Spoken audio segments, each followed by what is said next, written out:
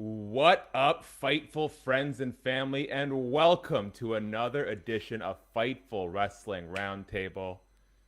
I'm Shakiel Mahjouri, back this month. Joining me, the new co-pilot of Fightful Roundtable, Alex. Alex, question for you. How would you rate your mustache growing skills on a scale of 1 to 10? I'm Puerto Rican, so it's up there. I will say. Okay, that's not. This isn't You how didn't I anticipate expected I that was one. gonna You did tee it not up. anticipate that one. No, Well, I wasn't expecting that. She got you. I didn't hesitate either. She's got a leg up on me. Well, I guess there's no reason that these two gentlemen are here, but we already got them, so we might as well roll with it. Two of my favorite content creators in the pro wrestling space, Dante, Turo, John, aka Raspy Taylor of Stache Club Wrestling. How's it going, gentlemen? Nice to have you here. What up, players? We're fantastic. I was telling you before, very appreciative, very thankful for you to have us on. I've been looking forward to this ever since you messaged me last week, over a week ago. This is very exciting for us. One of the first big shows, podcasts that we've been on since doing this. We're super, super excited. Obviously, to meet Alex. And we're excited to talk some wrestling. That's what we love to do. So it should be a good time. One of the Raspy, was this as long and grueling of a week for you as it was for Dante waiting for this moment where you get to meet me? We're here, baby. I get to meet two people who I've seen in the whole IWC community for a while. It feels like I'm not gonna gas nothing up too crazy, but it feels like a little bit of a legitimizing moment. You know what I mean? We're here. Also, sick move, Dante, wearing the shirt. I didn't even think of that. Sick move. I was honestly so smart. I didn't think of that. If you aren't, I was like, one of us has to. Yeah. So But I had to, just in case. But yeah, thank you. Dante already said it, but I speak for the both of us too. We're happy to be here, hyped. I'm ready to go. I'm ready to go, baby. Let's do it. It's not like I show up once a month just to spotlight and profile myself on these things anyway. I've been doing it for everyone else, of course. Now, I cover a lot of MMA, quiet week in that space, but boy, was it busy in the world of pro wrestling. So let's start here. And honestly, guys, I'm glad it might just be that I timed my coffee intake right today, but I had to turn down my microphone, and I feel like it might just be having you boys and Alex back, but I'm amped up. Let's do this. WWE Night of Champions on Saturday in Saudi Arabia. AEW Double or Nothing. I want to go through both cards, and then we can do a little bit of comparing and contrasting between the two. Let's start with WWE. What I would like from everyone is one of three things, and we'll kind of go one topic at a time first, because I always like to start off with the positivity, the sort of blanket, the inevitable negativity that I'm going to hit everyone with. Alex, coming out of Night of Champions, when you look back on this night, a day, a week, a year from now, what's going to stand out as the single best moment of the entire evening to you? I mean, the bloodline stuff that's going on right now, it's definitely it's exciting, and it keeps getting exciting, and it's showing more potential that it should be nominated for an Emmy. Something needs to happen with that storyline, because they are acting their asses off.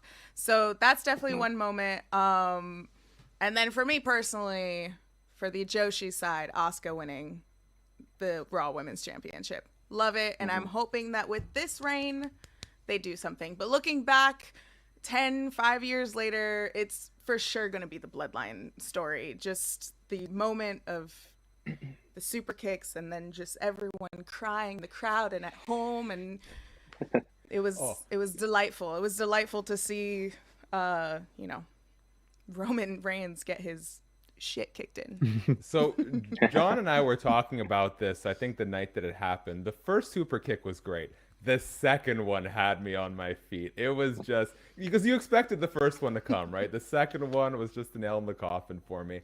How do we compare this moment with Jimmy Uso, who's sort of been the glue of the bloodline, the peacekeeper, the one who sort of kept a very sort of secondary role up until now? It's nice to see that we're finally giving him a platform to shine a little bit. How would you rate how good this moment felt compared to Sami Zayn blasting Roman Reigns with the chair at Royal Rumble? Dante? I think this moment was a little bit more unexpected because I think everyone was kind of anticipating Sami Zayn turning on Roman Reigns in the Bloodline eventually. Here, I think, I mean, speaking for myself, I think everyone was just kind of waiting for the moment that Jey Uso turns on Roman Reigns. Now you have Jimmy Uso. He's the one that pulled the trigger, and this kind of happened, I feel like, so quick. The last few weeks leading up to it, the promos back and forth, getting in each other's spaces, Roman Reigns pushing him off, reluctant to hand him the tag team titles. And like you said, that second super kick, he's talking to Jay, I'm doing something that you should have done a long time ago. Boom, kicks him. It was a jaw-dropping moment. Same thing with Sami Zayn, but I think this was just a little bit more unexpected. And I'm very, very interested to see what comes out next. Obviously, they have the 1,000-day celebration on SmackDown, and the Usos are invited. So we'll see what happens then. But very, very shocking moment for me. John, we were talking about it. How has it sort of sunk in for you these last few days?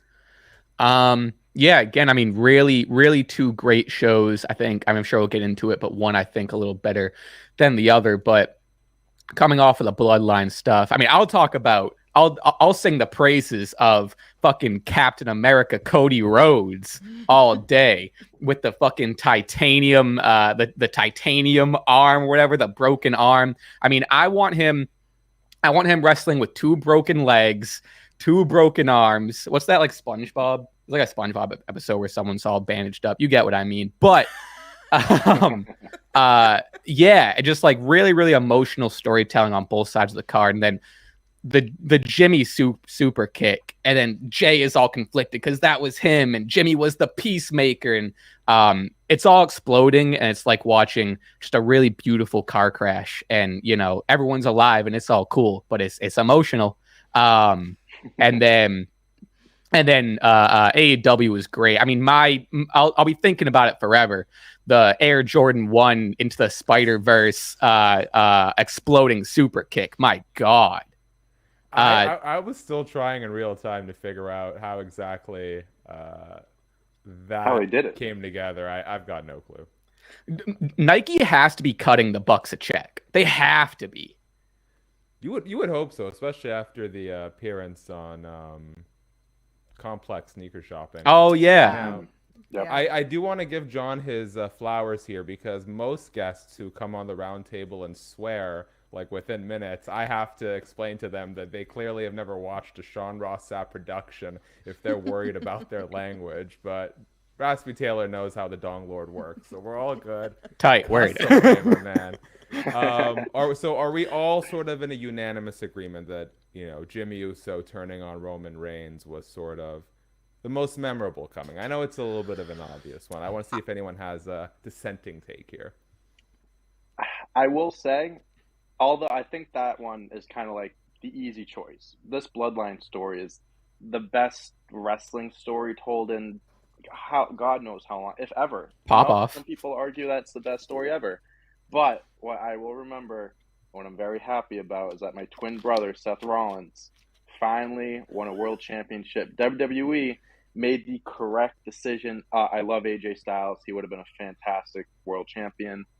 But Seth Rollins was the man to do it. Was it predictable? Sure. Me and John talk about this. Just because it's predictable doesn't mean it's bad.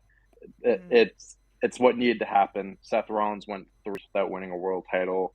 This was such a long time coming, and I'm very happy that he got his moment. I'm very excited for this title reign, because I think this is going to be incredible. I think he's going to put this hold this title highly, so it's going to be considered, you know, up there with the Undisputed Universal Championship. I know people are kind of looking at it as a secondary title right now, which makes sense. But I think as time goes on and they see these, title defenses, and it's being showcased on pay-per-views, Monday Night Raw weekly, I think people will start to appreciate it more and view it as highly as they do the Undisputed Championship. Okay, you know what? I think that's a great segue there. I am going to ask, just because... Guys, we are on StreamYard finally, like the only Fightful production that wasn't on here. So if you want to let us know something, questions, comments, concerns, whatever, super chats, we'll throw you up on the screen. Leave $1, leave $1,000. I got my preference, but it's all good either way. I'm not seeing that money. On that note, because StreamYard sort of has its limitations with audio, Dante or John, can Dante either turn up the volume a bit or can John turn down the volume a little bit? Either or is fine. I can go down. All right, there we go. I don't know how good, I don't know what the issue is, but I'm just reading these chats as we go along. It's not that bad. You know, All just do what you If we can. need How to about fix it moving forward, let us know. Yeah, please just like let us know what you guys need. You're the producers here. I'm just trying to survive, really. I just want to be the loudest one. Oh well, I got you beat. Don't worry about that. Guys, Dante, you brought up the world heavyweight title match, Seth Rollins, AJ Styles. You know what? I'll be the downer here. I'll start this one off. We can go. A lot of the rhetoric going into that match was, like you mentioned, Dante, it's supposed to be a main event title, but one that has sort of looked secondary. And that goes right off the bat to when Triple H announced and unveiled the title, saying, well, Roman's the champ, but he's not really around, so we need somebody. How did you guys feel about AJ Styles versus Seth Rollins opening the card? In terms of match quality, tremendous. What does it do in terms of, Dante, you mentioned as time goes on, and I think you're right. As we see a consistent world champion taking on all comers, I think we're going to start to sort of validate that title more. And for me, the big gold belt of around 2006 when you had Triple H and Batista going for it, to me, I look at that period of time as the world title in that frame. So I think it can get there. But what did WWE do did WWE's placement of that match as the opener help or hinder the existing reputation that it kind of feels like a secondary title? And I'll let whoever's passionate about this one kick it off. John, do you mind? You want me to go? You want to take it? I can definitely rattle off a few of my thoughts right now. For sure. Pop off, Slay Queen. Okay. Pop off, man. WWE, listen, it's very hard when you have a storyline like the Bloodline, because I think the best story that is being told should be the match, that main event. So we saw that at WrestleMania, night one, the Usos versus Sami Zayn, Kevin Owens. That was the best story of night one, all those matches that deserved to main event, even though there were other, world championship matches, the women's championship matches, you could argue have main evented. Goes by the story. So when you're on the same card of something like this, it was easy to predict that Bloodline match was going to main event. But I do believe WWE, they tried helping themselves out by saying 3 main events. We have 3 main events. No, there's 1 main event. There's 1 match that ends the show. That's the main event. So although I just said that storyline should be the match that ends the show, you're trying to build up this brand new title, also inaugural title. They're not carrying the lineage anymore. So you're trying to introduce this new belt, trying to make it feel like as important as the other Undisputed Championship that isn't even being defended on Night of Champions, which is supposed to be a pay-per-view where all titles get defended. It was a great match that, I wish it did main event. I'm okay with it opening the show because it's, it gets the people going. Great opening match. You make history right away. But man, Triple H saying what he is about Roman Reigns. Oh, he has the titles hostage, so we're making a new belt. And then having opened the match, I don't think they're off to a hot start with trying to make the belt feel as important as it once was. But I think they can recover from it and still do plenty of good stuff to get to that point. I do wish it did main event, though. Yeah, I think I would have even settled for trim 5 minutes off of it, put it as the co-main event. I know maybe there would have been 2 big matches back to back because like Brock versus Cody was relative. Honestly, it felt longer than I went and looked at the runtime. It was like one of the shortest matches. Rip Natalia. Otherwise, one of the shortest matches on the card. I think maybe the co-main would have been a little bit more considerate. Sure. I do want to move the conversation along. Is everyone on board with Dante here about? I don't know. I think the title is just so new where I wasn't mad about that title opening up the show or that match opening up the show. It's a good match. It's also a safe opening match too, because you have two competitors, two talent that are so good in their craft where they're going to kick off the show right. I think there's a few things to determine it as it being a secondary title. And, it's the old saying of the title doesn't make the wrestler makes the title. And I think that Seth Rollins is the perfect person to make that title and not make it feel secondary. And I think he's already doing a good job of that, especially in his promos and his sit down promos where he's referring to the title and he's also acknowledging, no pun intended, Roman Reigns, because, you can't just be going into it and ignoring it where that's the elephant in the room. So I'm hoping moving forward, especially on our way to SummerSlam, that title maybe gets a better placement on the card and maybe co-main event. WWE just seems like it's the main event, a co-main event. Hey, you guys wanted this a main event. This is a main event in your hearts, but not in our eyes. So we're just going to call it the main event. And then it's the co-main event. And then we're just going to deal with this. But hopefully with that, again, I agree. I think the story going into Night of Champions, the main event, it had to be everything that's happening in the bloodline. Money in the Bank, I think that's maybe where we can determine it with the placement of the card and what's going to happen with Roman. I mean, we have to continue mentioning his name within every conversation that's happening in that company. And, that title is definitely it. But again, I just think going into SummerSlam, that's probably where we're going to have to determine if there is a secondary title and if, they're treating it as such. Yeah, I think I'm kind of more with Alex. I think, hindsight's obviously 2020, but I think it was the weakest of the three main events. So I think it having the placement, I think it would have not fell flat. So it would have been a huge moment. But I think we talked about at the beginning of the show, that Jimmy moment was the moment of arguably the weekend. But yeah, I like the idea of the world title main eventing. I like that. I like that classic thought, but I don't know. Hindsight 2020, I think it worked out. I definitely didn't when it first happened. I was definitely like, "Why is this going on? What the fuck? This should go on." After the show, I was like, "You know what? Right call." Okay. Very quickly in the super chats, I do want to give Alan Marks a shout out, one of the Fightful main roster members. Not seeing it on StreamYard for some reason, but he writes, "Who won? The effing fans. No matter if you're tribal or not, this was an absolutely amazing weekend of wrestling. Thanks, Fightful fam, for all the show." And then the Stache Club boys already paying their worth here. Shout out to the super chat. Let's Love go. Stache Club. Thank you. And also Appreciate Brandy, until Roman Reigns loses the title and they drop the undisputed moniker, in my opinion, no matter what Rollins does to the title, it will remain secondary. Also, first time watching the show, enjoying the show. Again, thank you. You guys are invited back anytime you want. Anytime. Just keep doing what you gotta do it. Draw, brother. Okay. All right. I do have one little. That's what they say. That's what they say in showbiz, baby. We're a draw. Yes, sir. Main eventer. Who needs the Usos? Roman Reigns? Nonsense. This is the breakup of Dante versus John will be the real WrestleMania. Oh, can I be Jay? Can I be Jay? Can I be Jay? Yeah. Only if you wear crop tops. Easy, got it. Money. Alex can grow out the mustache and she yeah. can be your Jimmy. You kidding me? Or I could just be the Paul Heyman of some sort. Oh, that'd be tight.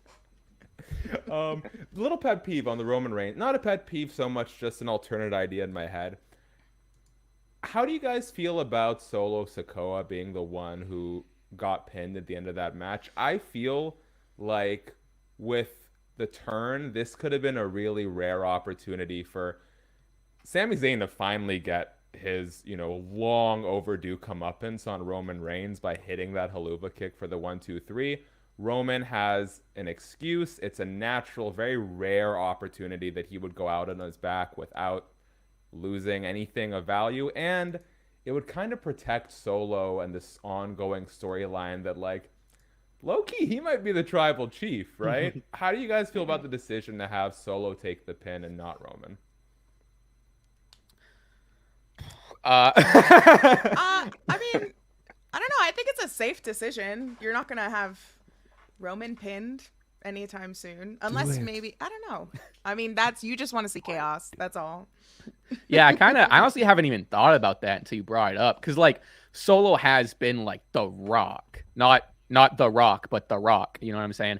Not Dwayne Johnson. Not Dwayne Johnson. Well, depending on how the storyline goes, I don't know. But Yeah, I don't know. I think it would have been, especially it felt like a big stage, and it would have fucked psychology wise Roman up even more. He's already in so much turmoil. So honestly, I think I'm also in the camp of I like seeing chaos and I like the breaking down and all of that. But now I think it's interesting to see will Solo get any punishment for taking the pin or whatever. I kind of doubt it, but now there are more cracks with the rest of the bloodline, and maybe that even because there was that moment on SmackDown where Roman kind of brushed up against Solo and there was that tension. So that might be planting seeds for not only Roman and Usos tension, but we still have that Solo dominant, also not giving up any of his shit to Roman.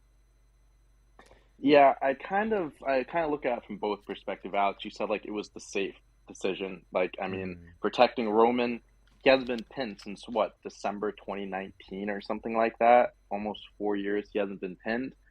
Eventually that's gonna happen, right? I believe this would have been a great moment to have him eat a pin, but it doesn't necessarily hurt him. He's not losing any belts or anything. If anything, he's not losing momentum. It's just kind of adding to the story of he can get pinned.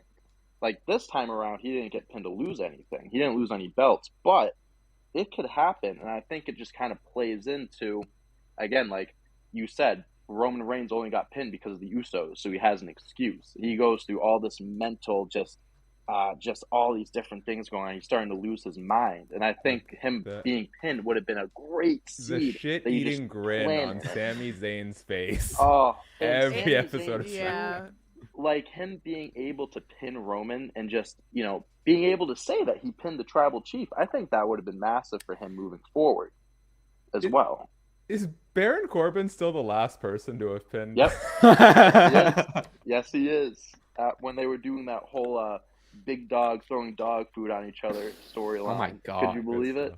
I thought it was Xavier Woods, wasn't it? Didn't Woods have some kind of... That sounds familiar. Something over Roman, it may have right, been like during his King of the Ring? I do know what you're talking about. It may have been like a DQ finish or something like that. Okay. I don't know if it was an actual pin. I think because he did an interview and he was like, "Why is no one talking about me beating the tribal chief?" Yeah, I think it was something along those lines. But regardless, if it's all the way back to Baron Corbin, I mean that's crazy. This would have been a good opportunity to eat a pin and nothing bad really comes out of it. It just I did just look it up. According to Google, I don't know. 3, 2, 1, Baron Corbin. Oh, look at that. Wow, staying with the gimmick. 1 point. 1 point to John. 1 point. Anyone ever tell you look like Baby No Money, John? All the time. That and Anthony Fantano. Vancouver's own. Shout out. Okay. One more thing on this. I'm getting so sidetracked, but like I said, I finally timed the caffeine perfectly with the show. What's everyone's, just very quickly, on a scale of 1 to 5, what's everyone's MMA UFC consumption level at? Alex? Yeah. I want to say maybe a 1. Right, man, if you caught me 4, 5 years ago when I was with my ex, it was a 10. But Dante? 1 now. I'd probably say 3. Okay. I mean, I watch most of the main events, the main pay-per-views and stuff like that. I'm not going to sit here and tell you that I follow along with it every day, keeping up with all the different things that are going on in the UFC world. But I definitely know. This is perfect, though. This is perfect, a decent amount. So. Damn, 0. Okay, good. This is exactly what I needed. So, this is great. Dramatically, I cover MMA probably more than I cover pro wrestling. So for me, watching Cody Rhodes versus Brock Lesnar, every time they start incorporating mixed martial arts into the matches, I kind of have this dueling thing going on of the suspension of belief versus the reality of the situation. So for me, Cody versus Brock, loved the drama of it. Love the story being told. Hated the match. Technically, it made no sense. Because I'll just a very quick rundown. You're telling me that Brock broke Cody's arm, within 4 seconds of locking on that Kimura on Raw. Yeah. He has it for 5 minutes. Yes. In a way higher leverage position. Yep. And I'm telling you, if he's gonna pass out from the pain, he's got a spiral fracture in his shoulder. Am I, as the person who's always like deep diving into MMA, am I the only one who was kind of taken out of that drama? Like, I still appreciated the story being told, but I had a hard time staying in it because it made zero sense. Made perfect sense to me. Any more questions? John's gonna hate this. This is I don't know. This is the art form where a dead guy was shooting lightning bolts out of his fingertips. Like, is there any logic towards anything that we're watching? But I can separate Taker when Taker's doing Taker things than when former UFC heavyweight champion Brock Lesnar chooses to incorporate mixed martial arts into his storyline. I just want to see moving forward is how long is Cody Rhodes' arm going to be broken? He can't just come out of the sling forever. Next week. Like, you got to carry this for the next few months. Like, you have a broken arm that doesn't just heal up like that. You got to play with this for a while. I'm with you. I don't think it made too much sense, but Cody Rhodes is so dramatic. I love it so much. He's so fucking dramatic. I have a very love-hate relationship with Cody Rhodes because he's like Superman. John says this, and I have to agree with him. He's like Superman. Like, the guy comes in broken arm, still fights for his life, this and that, passes out. But yet every week he comes out, and maybe I don't know how this is going to go with you guys. Do it. What do you guys want to talk about? No, you have to do the impression. Oh. So what do you guys want to talk about? It is the stupidest thing in the world. I hate it. We all know what you're going to talk about, Cody. We all know what you're going to talk about. Let's just cut the bullshit and get to it. If you pull it out once a month or something, sure. Okay, I'll let that pass. Every week, I can't stand it. Everything else about him, though, love him. I love him. But that's my one gripe.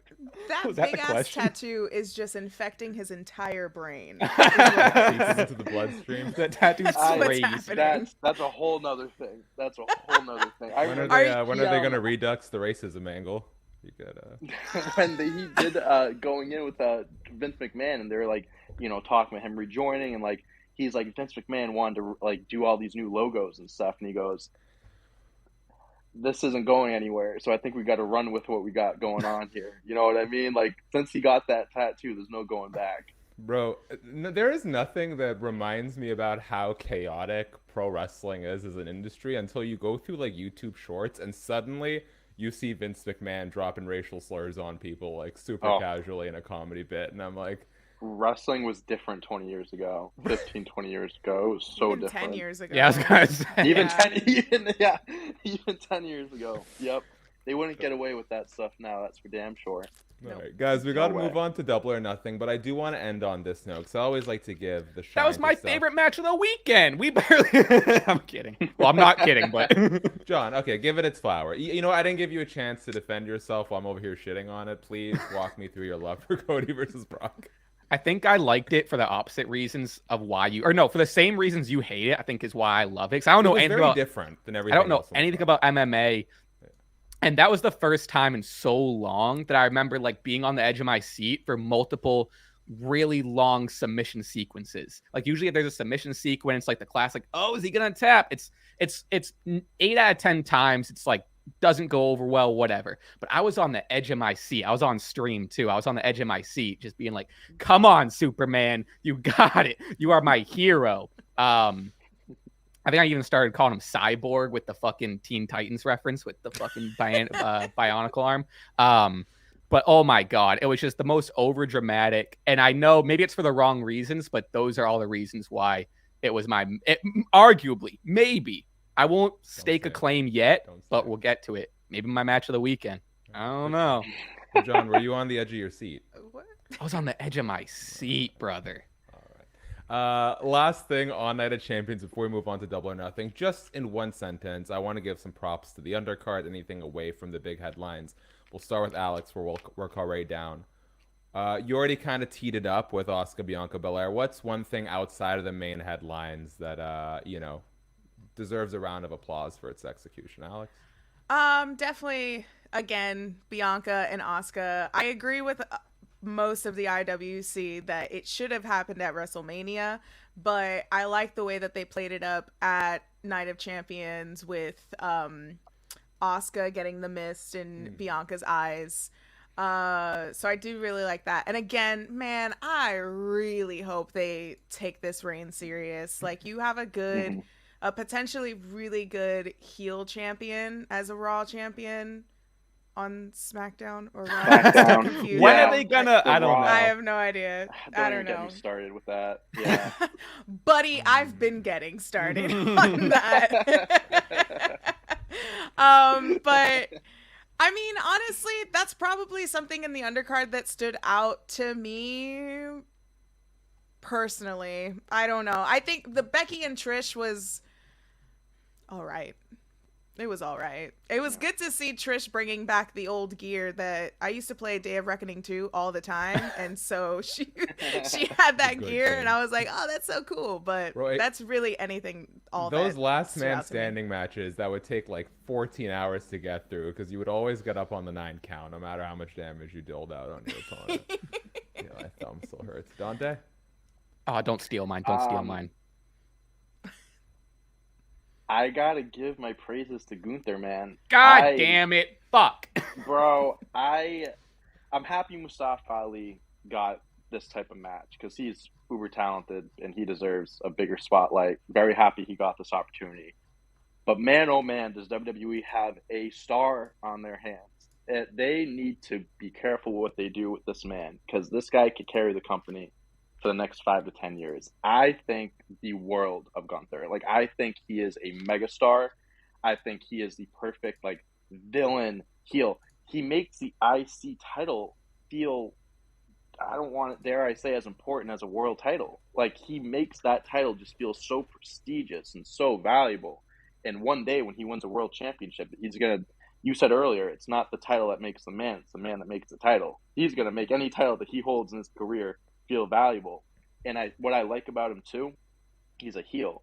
But I think because so many fans like me respect him because of his ring work, his ability, I think he could play off a good face as well. Just like a fighting champion type of face. Like, not anytime soon. But I think WWE has a character, has someone that has such special in-ring abilities that they can work with in any which way for a long time. So, and any match that he has is like a potential match of the night for me. So I love watching him. I really do. All right, John, I'm not going to bother going to you then. You guys left me with Rhea and Natalya. I was going to say Natalya. I will say, you know what? Flowers. Listen. Flowers, I loved it. I did kind of love it. I think I'll just real quick, we don't even got to go into it, but like, I love Rhea as champ. I think this was a great dominant win over a veteran. And it was just like, it didn't need to be more than what it was. It did its job and it set up Rhea to be like, oh shit, she's knocking down, future Hall of Famers, So to be honest with you, I don't have a gripe with it. I thought it was perfect. Alex mentioned building a strong heel. I'm just going to say this. Rhea Ripley beat Natalya in 1 minute and 10 seconds on her birthday. Oh, it was. It was her birthday? Yeah, it was Natty's birthday. Happy fucking birthday, legend. There you go. Yeah, happy That's birthday. how you do it. They should have drummed that up more.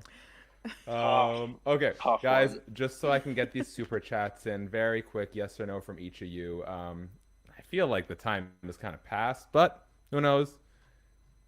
Elijah Rodriguez asks, dope spelling on Elijah. Do you think WWE is saving the pin for Cody? Is Cody going to be the one to get that first pinfall on Roman Reigns? At this point, it's looking like yes. It would have been nice to see Sammy, and then you start to see a crack of like, whoa, Roman's human. But at this point, who else? Or I guess it depends on if they go a Jimmy or Jay route before they get to Cody. But I'll stake my claim in the yes category. Yeah, at this point, I'm gonna go yes. I'm also gonna go with yes. Guy, you know what? Probably yes. I'm gonna put it out there. They missed the boat at WrestleMania. I think it goes really under the radar because of the fact that it took place in front of no fans. It was actually Steve and Larson, shout out to them, who reminded us of how great it was. Jey Uso versus Roman Reigns, that storyline was the anchor of the Thunderdome era. Mm-hmm. Yes, it was. If you missed the grand opportunity at WrestleMania, I say give it to Jey. If you really want to tell a long... I wouldn't be mad at that. Story. I wouldn't be mad. I would not be mad with it. But they got to remind everyone about what happened. They really got to start putting together. Yeah, because It we're not started with watching Jay. back that Thunderdome. It started with Jay, and honestly, you can say that it should end with him too. There we go. All right, guys. Double or Nothing. Hey, we brought up the fact that the World Heavyweight Championship did not headline Night of Champions. Didn't headline Double or Nothing either. Interesting card. Great matches. Not quite the same. Some good matches. Yeah, there we go. Definitely going in and coming out, not the same level of excitement or enthusiasm I can sense as the past few years of tentpole AEW events, but we like to start on a high note. Dante, we'll go with you first. What was the best thing for you coming out of Double or Nothing? The best thing for me coming out of Double or Nothing, probably There's a right the answer. continuation I'm happy MJF won. I think that was gonna happen anyway. I'm happy that they're continuing his title reign, but I'm happy that they're gonna continue the Blackpool Combat Club and the Elite story. Me and John talked about this. This is just gonna be the first match of a handful potentially of what they'll have. I thought the match was just fun. It was just a fun match. Exploding super kicks, the tacks and stuff like that, putting them in. I forget which one it was. Yeah. Matt putting it in his mouth and just grosses me out, but I love it. That's what makes AEW so much different than WWE is that they do that stuff and WWE wouldn't even dare do anything like it. And then just the ending of the match, Kenny Omega hinting that he needs some friends to help him out, like who's going to help out the Elite and stuff. Really just planting the seeds of more continuation of the storyline. So to me, that might be the easy answer, but that was the highlight for me. That was the one takeaway. John? I'll go with one that maybe got overlooked because of the two final matches, but I really loved everything about the TBS championship. I thought Jade and Taya was really good. I've been thinking that Taya was going to be the one to finally end Jade's streak. So I thought that match alone was great. And then Chris Statlander coming in, just a huge surprise win, ends this monumentous Jade run. And I don't know, I think the TBS title picture really has a resurgence. It's a new story. Chris is back. I really hope Taya stays in the picture. I think the past, I don't know, whatever you want to say, month and a half or whatever, she's really shown that she's going to be a staple in whatever AEW women's title, TBS, whatever. But I think all three of these women are staples and improve themselves that night. They're going to lead the women's division with the help of the women who are currently on top. Yeah, I really liked that sort of surprise Chris Statlander return because Jade got the TBS title so soon into this undefeated streak that it's kind of like, where are you going to go from here? I like that we hit 60-0. It's like a nice round number to end on. There's sort of she has a out for why she lost the title. It wasn't super clean. And Chris Statlander's someone I think who has been on the cusp of a big moment for a while now, but has kept getting held back with injuries. So great surprise. I think a very reasonable way of getting that title off Jade without damaging the aura. I don't think there was too much room left to grow in that storyline unless you wanted to do a champ versus champ thing, which I don't think was going to happen anytime soon. So I agree. Yeah, I like it. Alex, where's your head at? I definitely agree with you guys. Chris Statlander was the moment of the night for me. That was predictable, but again, something predictable isn't a bad thing. And I like the way that they set that up, where she came out at the end of the match. They set up an open challenge. I didn't really see it as an open challenge. It was more like, who's next? And then Chris Statlander came out. I was like, oh shit, they're doing this now? What the fuck? And all of a sudden the bell rang. I was like, all right, let's do this. And it's like, yeah, she's gonna win. And then she won, and then she got that moment, like everyone said. Like, Chris Statlander has always been in the come up. She's always been such a fan favorite as well. So for her to have this moment at Double or Nothing, especially for me at least, Double or Nothing is the AEW pay-per-view, right? Because it's the pay-per-view that kicked off the entire company. So for her to have that moment at Double or Nothing, I think adds to the history of that pay-per-view, and it makes the pay-per-view a little bit more important, as if it already isn't. at least for the TBS championship in that division. And again, with Blackpool Combat Club and the Elite, personally, that match was overstimulating for me. I was like, I cannot handle this. Like, they just kept redoing it, doing the theme song. Let's not get started with that lead singer, but that whole theme song and the band was just too much for me. And then it stopped, and then I enjoyed the match. And then also just a little quick shout to Orange Cassidy and the way that he eliminated Swerve in the Battle Royal was such an Orange Cassidy way to win a Battle Royal. And it was like, it's the funniest thing ever. It was just like some old comedy shtick. And that's what I love about Orange Cassidy. And he will tell you, he is by far not the best wrestler on earth. No, and he I know. But he makes it work.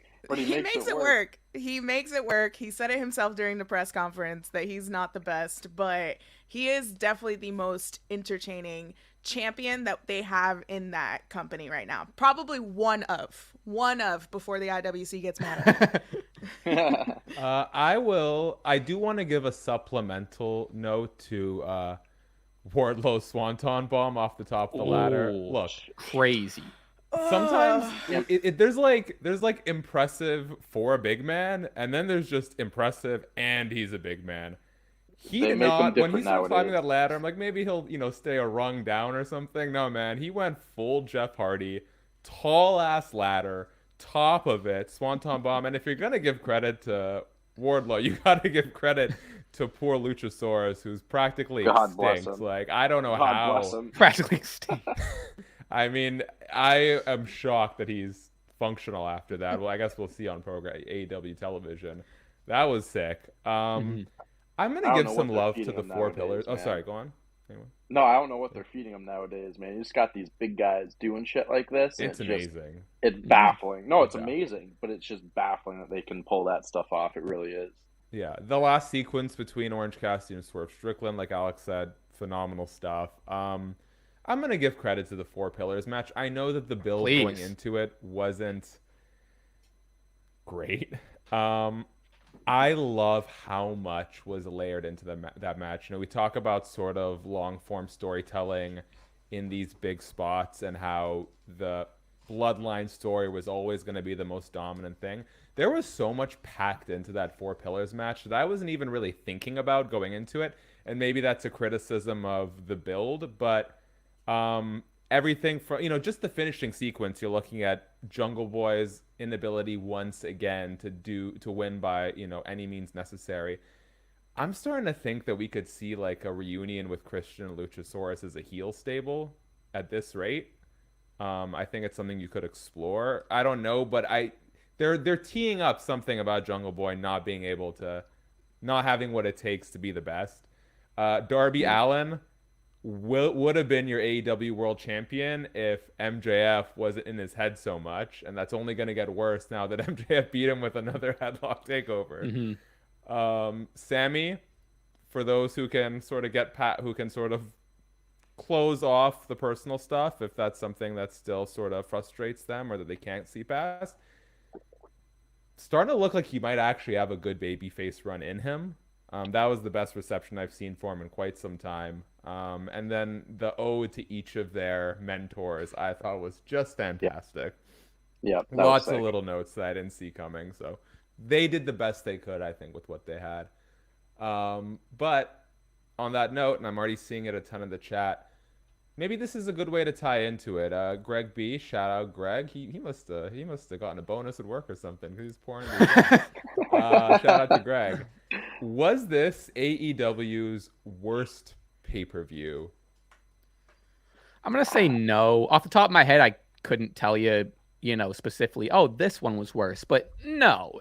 I think it took a while to get going. I mean, I think it had a hot start. I loved the Battle Royal. There was good spots in between. I personally really think the TBS Championship, everything as a whole, almost saved the night and got the crowd back into it. And I think the men following in both matches owe Jade, Taya, and Chris a lot of credit to really get the crowd and get like, okay, this is a pay-per-view now. Now let's lead into these other matches, and you're welcome. Now you have like the momentum from us. So I think they're owed a lot of credit. But no, I'll say I don't think it was the worst. Okay. Yeah, I don't think I can give a fair yes or no answer because I can't like think of any other pay-per-views like AW pay-per-views that I think were worse or better or whatnot. Not every pay-per-view is going to be, filled with 5-star matches. Yeah. That's going to be from top to finish. Just I think when every you have like match 4 was a year, incredible. though, people really zone in fair. on it. People expect a Yeah. lot too, and you had 11 matches on this card, so it's like not every single one of these matches is gonna blow your mind or whatever. I think it was like the Chris Jericho Adam Cole match. I know that wasn't well received. The first match of the night, what do they call themselves? Hardy Party or the Hardys and Hook? I don't know if it was Hardy Party. Jeff Hardy had that tough botch that kind of like was a tough start to the show. But as it went on, like the Jade match, that closing, and then you had MJF, the AEW title, then Blackpool Combat Club. Started off slow, it picked up along the way. I think it was fine. I thought it was a fine show. Yeah, I think the beginning of Double or Nothing, with the exception of the Battle Royal, was clunky. And then the second half, like, really picked up. Like John said, especially with the TBS championship, like, that's when it just kind of elevated. But I wouldn't necessarily say this is the worst pay-per-view. At least in the general consensus, like, I don't think this was the worst pay-per-view. Was it mid? Maybe. Yeah, That's I fair. think, I'm looking down the results right now, Wikipedia. I think for me, maybe what stands out the most is I think we're coming out of a very rocky several months for AEW in terms of commitment to storytelling, roster turnover, follow through. We're just seeing Wardlow get his big moment and then drop off a cliff, and then Powerhouse Hobbs, this and that. So I don't even think get we me came started with the in TNT belt. I don't think Don't we even can. get me I started. really hope Collision is going to be. I think it can be such a good solution if executed properly, but that's a conversation for another time. What stands out to me the most looking down this card is there just wasn't a lot of good storytelling leading into it. Hardys versus the Guns and Ethan Page, like, Yeah. Orange Cassidy won a battle royal, fun, but it's a battle royal. Adam Cole versus Jericho I thought was decent going in, and unfortunately the match didn't quite live up to the build going into it. I think I liked the FTR Jarrett Lethal stuff, but it's a bit of a comedy. It's not like a strict comedy storyline, but it's a bit tongue-in-cheek. Wardlow Christian Cage was kind of mid building up. The Outcast stuff has been hot or cold depending on the week you go into it. House of Black versus Acclaimed. Where did that come from? Yeah. Jade, Taya, great, but mostly been regulated to Rampage. If I'm not mistaken. I haven't seen it a ton on Dynamite. Chris Stanlatter came out of nowhere. We know the world title build wasn't very strong. And then you had the best thing, I think, going into it was probably the BCC Elite. Like, when I look back on this, no one on the marquee stood out to me the way it stood out when you had Hangman and Kenny finally going at it, or CM Punk John Moxley rematch, or there wasn't this long. They haven't had quite as many months of strong storytelling leading in, and I think that's probably to the detriment. We're just so used to something really big happening at these pay-per-views, and we didn't really get that this time. So, yeah, it is what it is, I guess. Let's head to the Super Chats as we wrap up here, the final stretch of the show. Shout out to Sheldon Jackson. Shout out to Thoughts Sheldon. on Toni Storm becoming AEW Women's Champ? Because I feel like the title just took a step back now in the Outcast camp. I think they're one of the worst acts in AEW, with same-ish, different weeks. Distract, cheat, win, spray. L. Like I kind of mentioned, that's a really weird faction and storyline, because some weeks I think it's dreadful, and some weeks I feel like they relatively hit the mark. We know that the title was taken off of Jamie Hayter due to injury. Shout out to her for doing a bit of a Cody Rhodes impression and going through with the match when she probably shouldn't have been in there. I'm seeing a lot of shaking heads. How do we feel about this assessment that putting the strap back on Toni is a major step back for an allegedly awful act? I think, again, putting the belt on Toni is safe. Especially when with her original run, she didn't get a lot of respect. I mean, she really didn't. She was called the interim champion. She was fighting for that belt almost every single week. And then we gave it to Jamie Hayter, and it was a great match back at Full Gear. But there was so much potential to do something with Jamie Hayter and her title reign, and she just kind of was stuck into whatever Britt was doing with the Outcasts. And with the Outcasts, they're very one-dimensional. First of all, they need to stop going to Party City and getting those little spray paints and actually go to Home Depot and get some real like spray paints. That's my opinion. But it's very one-dimensional to me. Like, they have the look down pat. They've got great talent, but there's just no essence to the faction. But putting the belt on Tony, I think, is okay. For me, it almost didn't make any sense, but I understand the rematch specs of it. I think when you have Tony Storm, when you have Saraya, who's a bigger name in that faction, and she has a bigger feud with Britt Baker, sure. Then you have Ruby Soho, who turned and joined that faction. In my eyes, in my opinion, I'm going to repeat, in my opinion, those two are a little bit more exciting to go after a title than it was for Tony Storm. But again, it was clunky storyline or telling a story going into this match.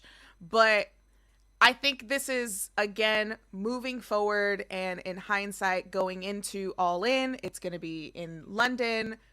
You need to have that moment with Jamie Hayter. That's going to be a huge moment, not only for Jamie Hayter, but also for that women's division and that title. Maybe if they main event it, I don't think they are, but we'll see. But, you know, going into it, hopefully she heals up and then she'll have that big moment. But again, I feel very like, they need to do something with the Outcast, though, because it's incredibly boring. Yeah, I agree. Yeah. I agree with a lot of what Alex said. I think major step back is a reach. I wouldn't say major. I don't know. I like Tony. I like her 2-time AEW champ now. Honestly, like, even not knowing that Jamie was, or even if I didn't know Jamie was injured, I think my pick would have still been Tony.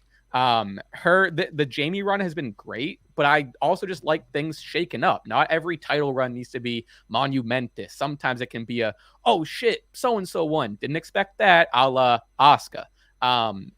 So I think, I don't know. I think maybe I'm definitely speaking from a glass half full sort of perspective here, but I'm hoping maybe with the Outcast getting the title, it makes that group feel bigger, because like Sheeta, Baker, and Jamie already felt big, even though like the Outcasts have the star power of Saraya and Ruby, but now they have a title.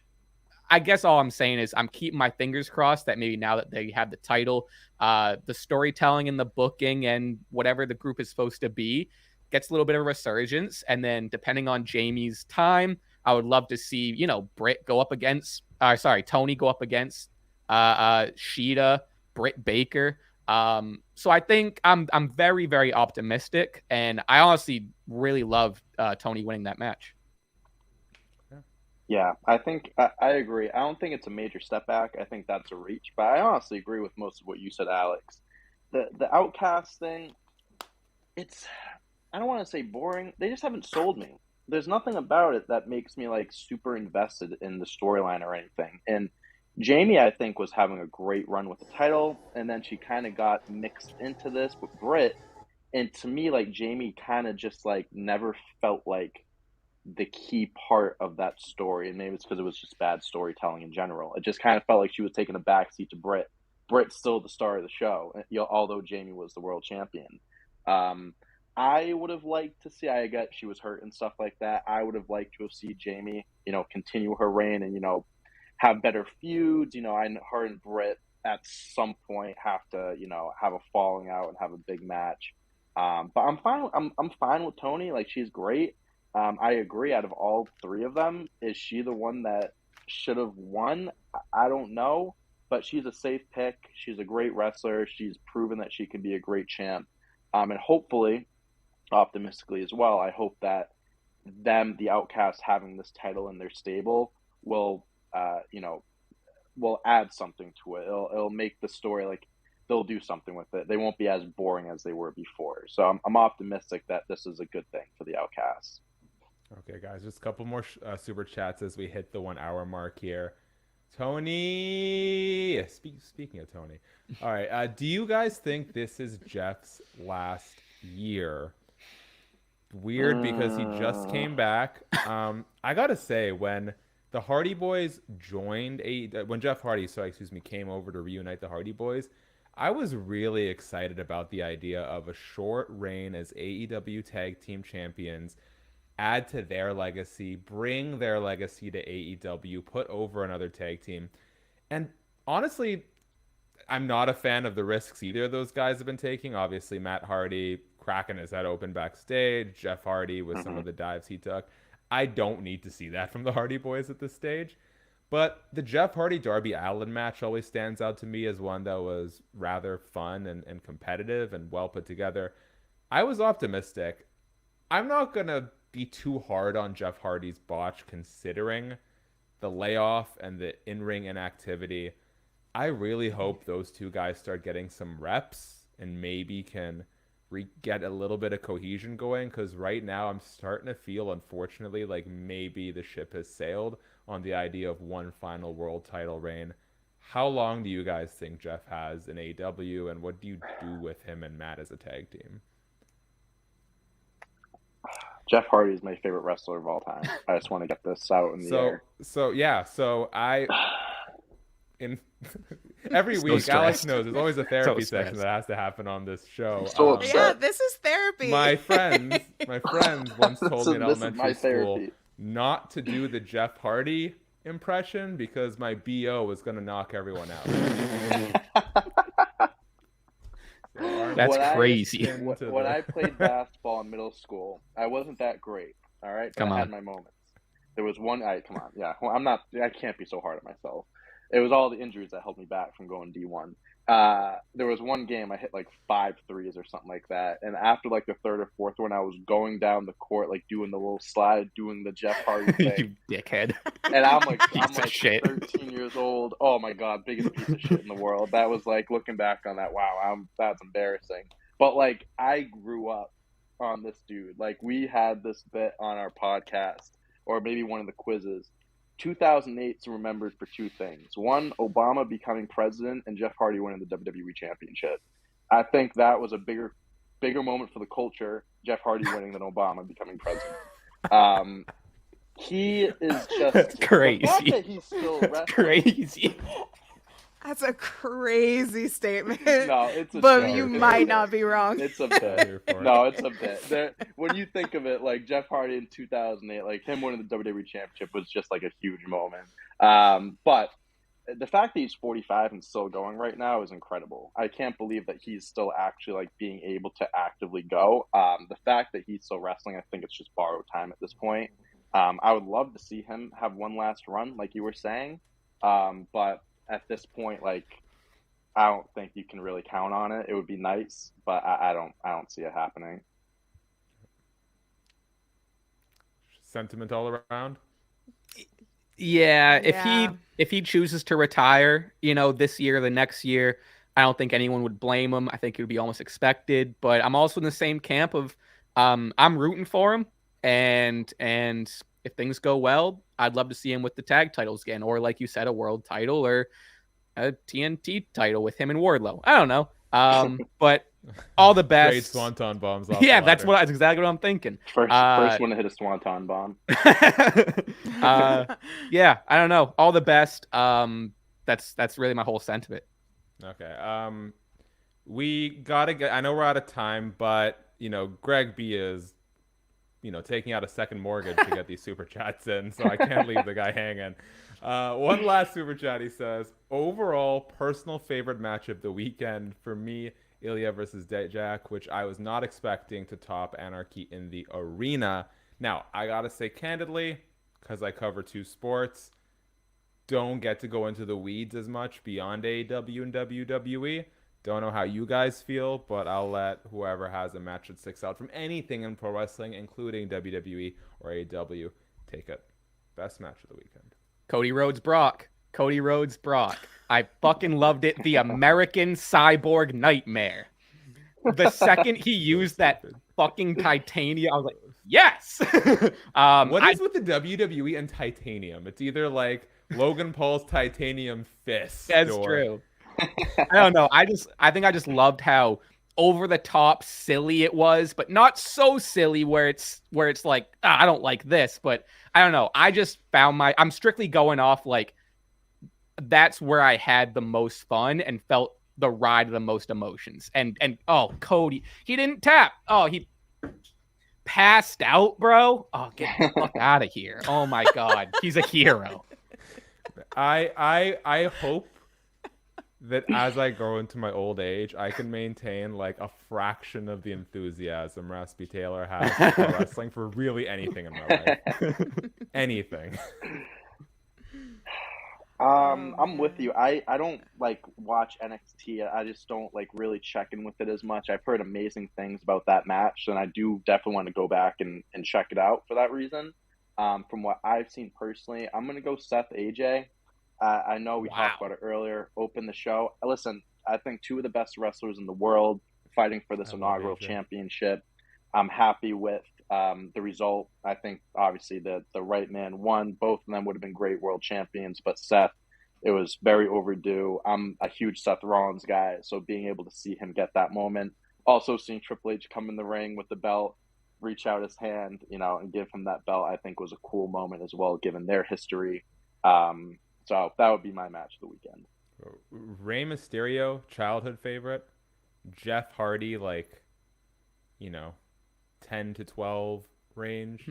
AJ Styles, 14 and up.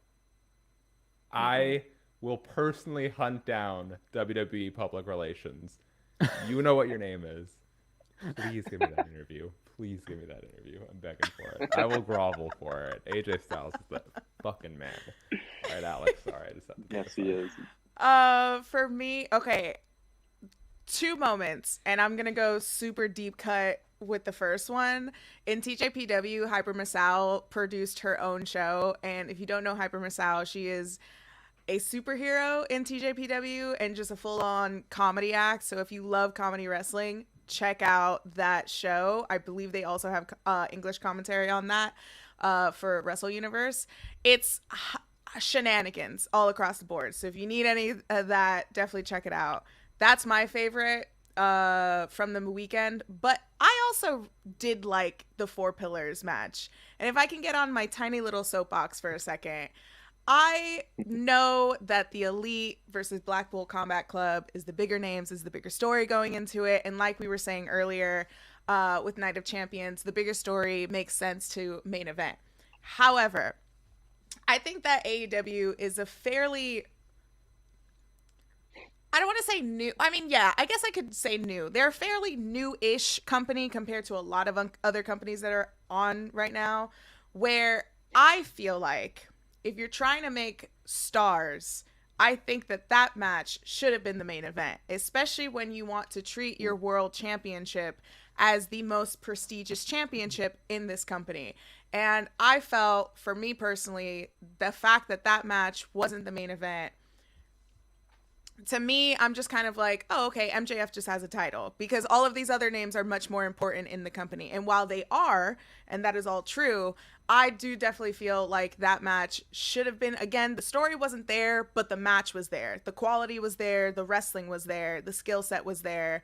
And the entertainment was there as well. So again, I feel like coming out of it, they've definitely made themselves stars, I'm more impressed with Jungle Boy. I'm more impressed with Sammy and Darby Allin as well. And MJF is already a superstar. But if it would have main evented, I think that's just the difference between the two companies, WWE and AEW, and how they choose to have, which match main event. But that was definitely the match of the weekend for me, was the 4 Pillars, if we're comparing both of those companies, or both of those shows, not the companies. Fuck the tribalism, but the shows.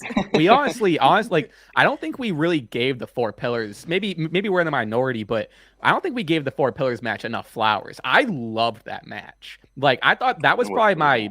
Same. But besides Superman versus the Monster, that was my favorite match. I thought like a small thing. I know we're probably trying to get out of here, but just a small thing of like. I got time. Oh, I'll be here all night. Credit to everyone, but just small details that MJF does in that match. And it was one of my favorite things. I even made a note of it because I wanted to bring it up.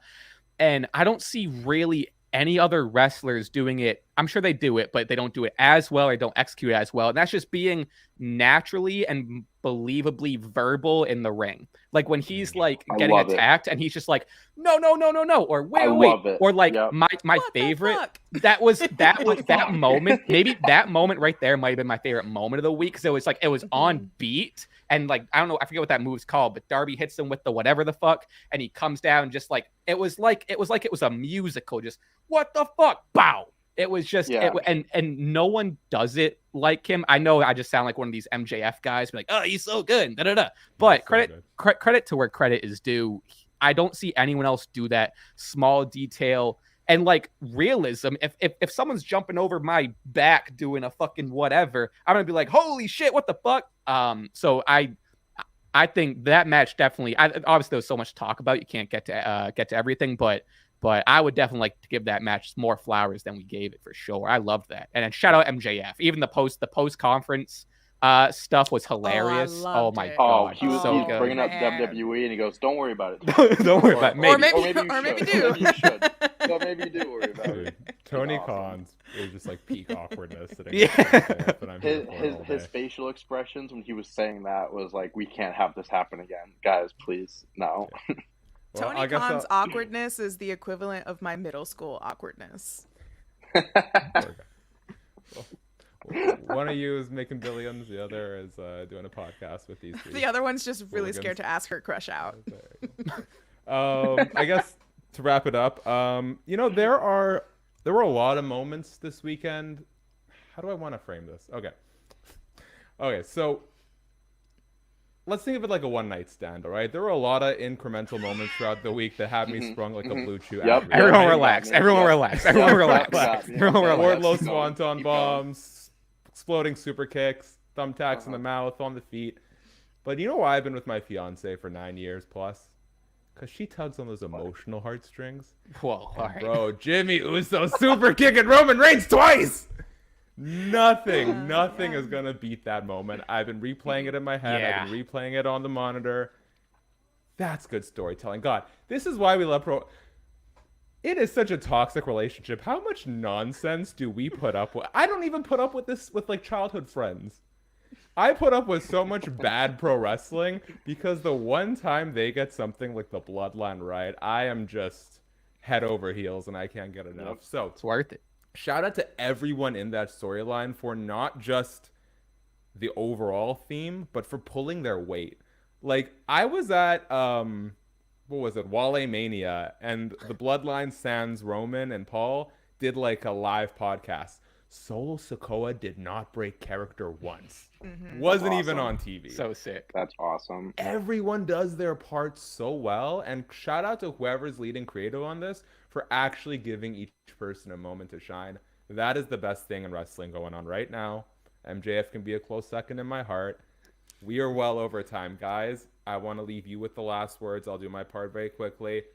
If you want to see more of my content, Shaq Wrestling for all your wrestling stuff. Recent interview with Darby Allin out. Take a trip down memory lane. Stuff with Malachi Black, The Undertaker, CM Punk, anyone you can think of. There's probably a video somewhere on that channel. Kurt Angle's another good one. Wardlow, shout out to Wardlow. He's actually a great person to talk to.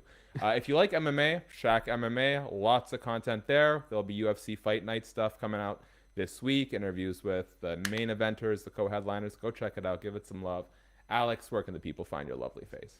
Hey, you could find my beautiful face up there on Twitter. Also _ Queen of the Ring on Instagram, and Queen of the Ring with the same handle on the TikToks. I'm also on Twitch, twitch.tv/Queen of the Ring. And if you want to follow some Joshi wrestling, I've been talking a lot about it.